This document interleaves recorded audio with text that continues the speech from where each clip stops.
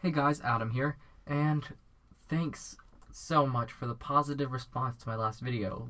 I'm taken aback. It was crazy. I got something like 140 views, and that's the first video on this channel. Just thank you so much. And I did get a comment asking if I am in a closet right now. I actually am. Yeah, so that's a thing. The main purpose of this channel is just for me to get my thoughts out there on things that I think people would be interested to hear. So, if you have any ideas, please send them my way. I always have a website in the description, so if you want to check that out, then yeah, go ahead.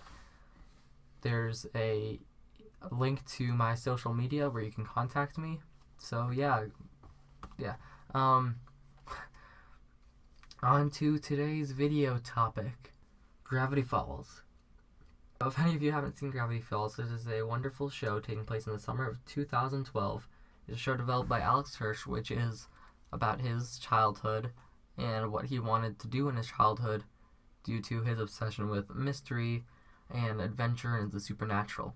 The show takes place in the town of Gravity Falls, Oregon, where two twins, Dipper and Mabel, go on adventures, fighting monsters, fighting demons, discovering different family members they didn't know existed. So my view on this is not exactly what you would expect, but I don't know, I thought I'd share it anyways. My view is that Alex, rather than trying to tell a literal story, was telling about the kids' imagination. The monsters are often visited once and never returned to, even though if Gravity Falls, which would sort of imply that Gravity Falls is just whatever Dipper imagines it to be and not an actual thing. For example, when Dipper is feeling like he isn't manly enough, bam, there's the Manitars. When Dipper is feeling adventurous, bam, there's Bill.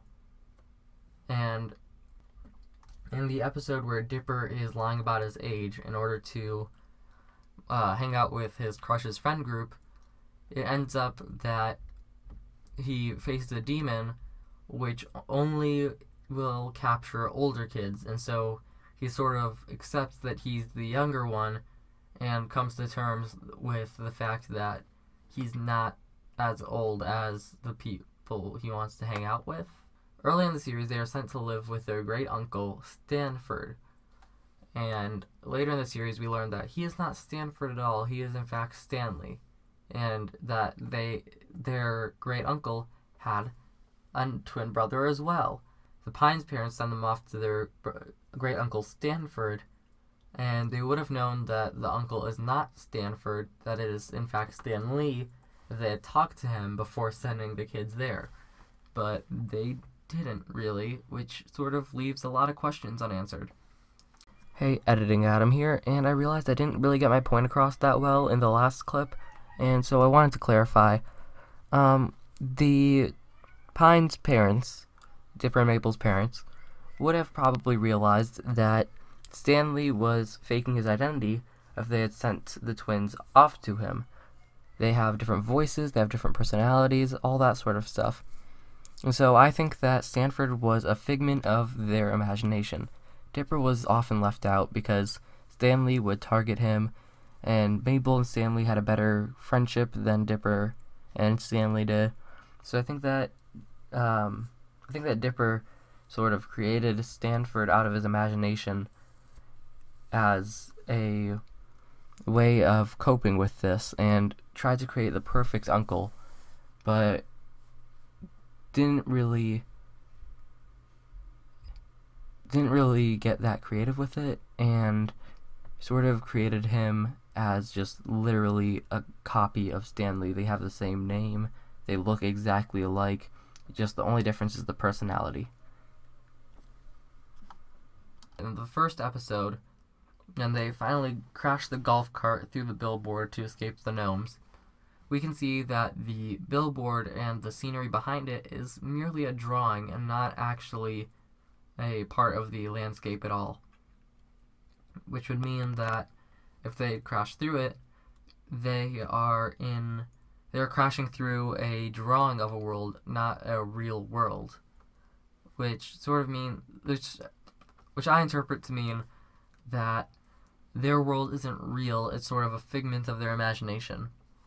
This would explain the sort of nonsensical science that dictates the entire series. For example, in Weirdmageddon Part 3, Stanford says that a simple equation will be able to break the barrier around Gravity Falls, but that doesn't really work. There's no way you can just do that.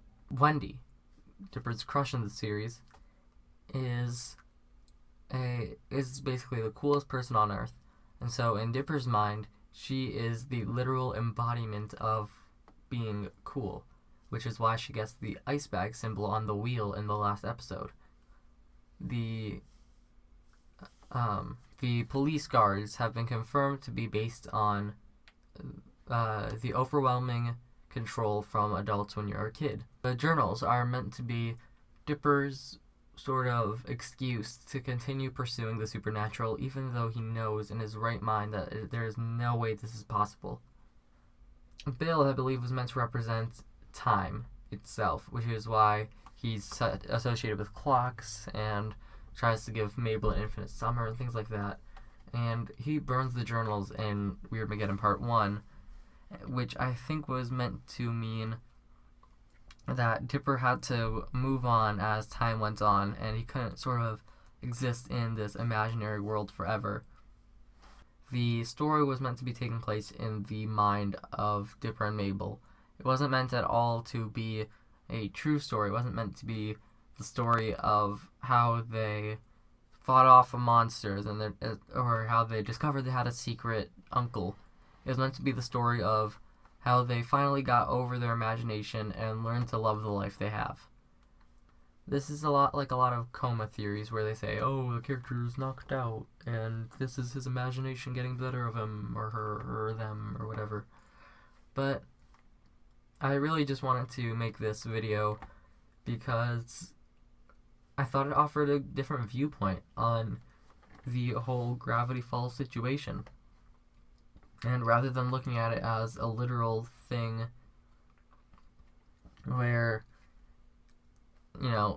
instead of looking at it as a literal event where you can analyze every single thing that happened, it's more of what is happening in Dipper's mind and how does that affect his future.